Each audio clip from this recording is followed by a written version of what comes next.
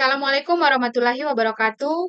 Saya Yusrin Mawao dengan NIM 94142302 dari jurusan Ilmu Ekonomi Fakultas Ekonomi dan Bisnis, Universitas Negeri Gorontalo.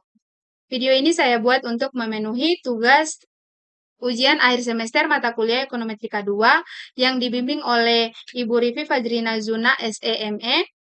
Pada video kali ini saya akan membahas tutorial analisis data panel menggunakan Stata, sekaligus melakukan serangkaian uji sebagai bagian dari proses validasi model, yaitu ada uji Hausman, uji heteroskedastisitas, uji multikolinearitas, dan uji normalitas.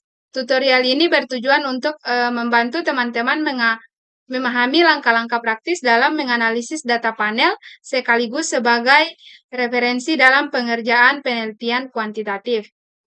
Pastikan kalian menyimak sampai akhir karena akan ada juga penjelasan interpretasi hasil output dari setiap uji. Langsung saja kita mulai. Baik, sekarang kita mulai masuk ke proses pengolahan data panelnya di Stata. Pertama, buka aplikasi Stata kalian. Lalu, klik menu file di pojok kiri atas, kemudian pilih data base atau DBS.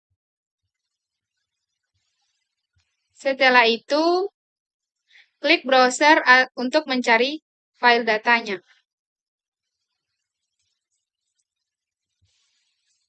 Kalau file kalian belum muncul, pastikan di bagian bawah pilih tipe file menjadi ALPHA.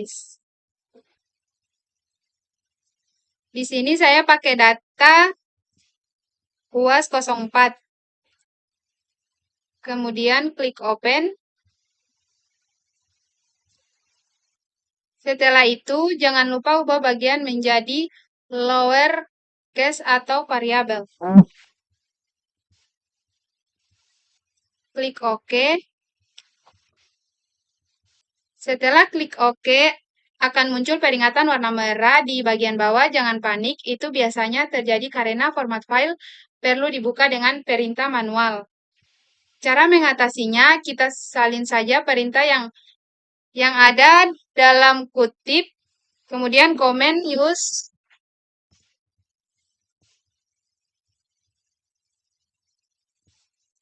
Ctrl+C, P. Kemudian enter.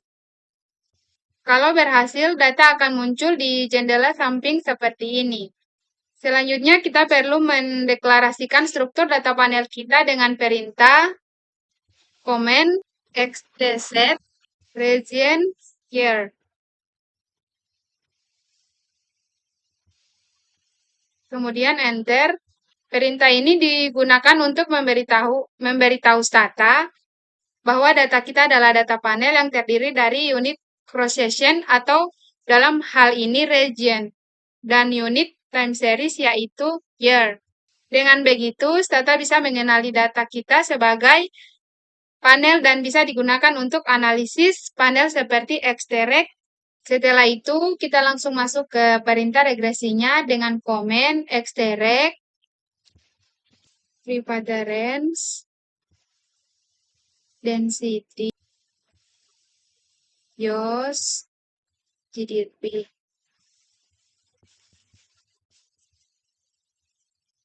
Secara default, Stata akan menggunakan model random effect dulu dengan p-value-nya lebih dari 0,05 yaitu 0,663. Setelah kita menjalankan regresi panel dengan model random effect, sekarang kita ingin memastikan apakah model random effect memang lebih cepat dibandingkan fixed effect. Untuk itu, kita akan melanjutkan uji Hausman dengan komen xtrect preponderance density YOS dan GDP. Koma. Kemudian klik enter. Nah, jika p-value-nya kurang dari 0,05, maka dia menggunakan fixed effect model di sisi p-value-nya atau probability-nya hasil lebih dari 0,05 yaitu 0,7843, artinya tidak memakai fixed effect. Nah, sekarang kita tinggal estimasi saja hal ini dengan komen estimates tor Fe.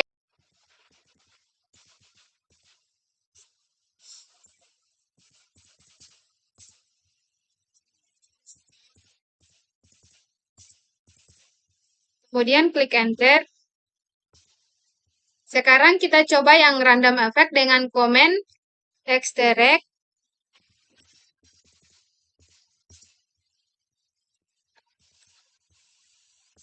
preference, city, yos, dan GDRP. Koma. Kemudian klik enter.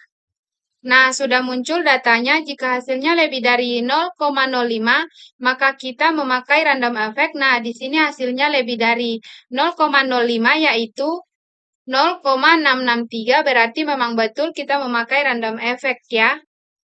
Hasil ini kita simpan saja dengan komen estimates tor RE.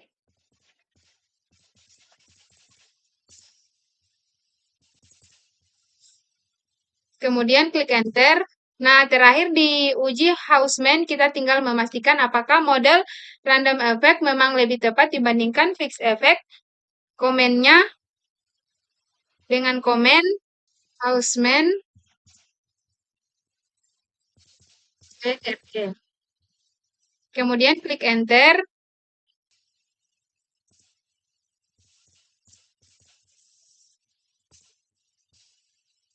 Kemudian klik enter dengan hasil hipotesis 0 atau H0, RE lebih efisien dan tidak ada perbedaan sistematis antara RE dan FE. Probabilitas lebih besar dari C2 yaitu 0,1002, maka gagal tolak H0. Maka RE lebih tepat digunakan. Kesimpulannya, meskipun fixed effect menunjukkan bahwa variabel GDRP signifikan, hasil Hausman tes menyarankan bahwa model random effect lebih cocok untuk digunakan. Selanjutnya dengan uji heteroskedastisitas. Perintah ini digunakan untuk menjalankan regresi panel di mana preference adalah variabel dependen atau Y, sedangkan density, yos, dan GDRP adalah variabel independen atau X. Kemudian enter. Sebelum lanjut ke uji asumsi klasik, pertama-tama kita ubah semua variabel menjadi bentuk logaritma natural. Ini bertujuan untuk menyederhanakan pola hubungan antar variabel dan mengurangi kemungkinan heteroskedastisitas atau outlier ekstrem. Dengan komen generate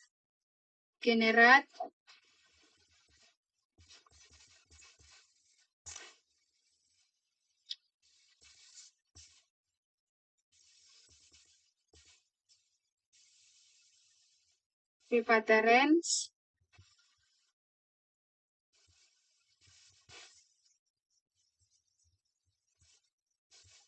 sama dengan log preference. Klik enter. Kemudian log density. Hapus. Sama ini ganti. Enter. Selanjutnya log yos, ini ganti yos. Sama ini yos, kemudian klik enter. Terakhir logaritma GDRP. Sama ini ganti GDRP. Kemudian klik enter. Setelah semua variabel sudah dalam bentuk logaritma, kita gunakan variabel ini untuk analisis dan pengujian selanjutnya. Langkah berikutnya adalah melakukan uji multikolinearitas. Uji ini bertujuan untuk melihat apakah ada hubungan yang sangat kuat antar variabel independen. Jika ada, maka bisa menyebabkan estimasi regresi menjadi bias. Dengan komen regresi, reg, variabel patterns. Selanjutnya ada log density, log chaos, dan logaritma GDRP. Kemudian klik enter. Dengan komen selanjutnya PIP, PIF. Klik enter. Interpretasinya, jika nilai PIP di bawah 10, maka tidak ada indikasi multikolinearitas tinggi. Nah, di sini hasil PIP menunjukkan kurang dari 10, yaitu 1,19, artinya tidak terjadi multikolinearitas. Selanjutnya, uji heteroskedastisitas. Selanjutnya, kita masuk ke uji heteroskedastisitas untuk mengecek apakah varians error dari model kita konstan atau tidak. Karena XREG tidak langsung mendukung uji ini, maka kita gunakan regresi OLS dengan komen reg, regresi reg, log prepatterns, log density, YOS, dan GDP. Kemudian enter. Selain itu, ketik komen lagi, yaitu HE tes. HET tes. Kemudian enter. Jika nilai probabilitas lebih besar C2 kurang dari 0,0,5, maka ada indikasi heteroskedastisitas. Nah, di sini hasilnya probabilitasnya lebih besar dari 0,05, yaitu 0,2676, artinya tidak ada indikasi heteroskedastisitas. Langkah terakhir dalam uji asumsi klasik adalah uji normalitas terhadap residual. Ini kita lakukan dengan mengambil residual dari regresi OLS, lalu diuji dengan Swilkres test atau SK test. Dengan komen reg,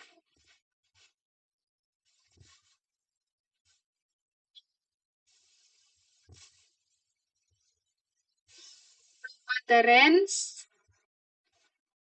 density, YOS, dan GDRP.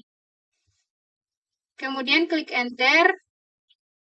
Komen selanjutnya ada predict receipt dengan komen predict receipt,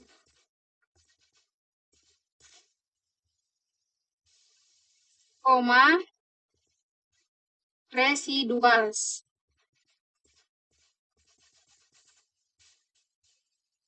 Kemudian klik enter. Dengan komen terakhir Swilkres. Kemudian klik enter.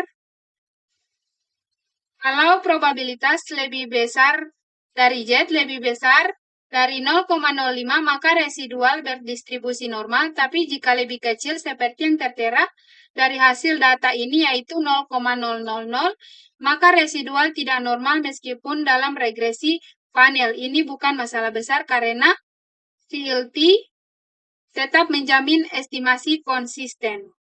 Oke, sampai di sini kita sudah berhasil melakukan transformasi logaritma dan menguji semua asumsi klasik, mulai dari uji Hausmann, multikolinearitas, heteroskedastisitas, hingga normalitas, dan residual.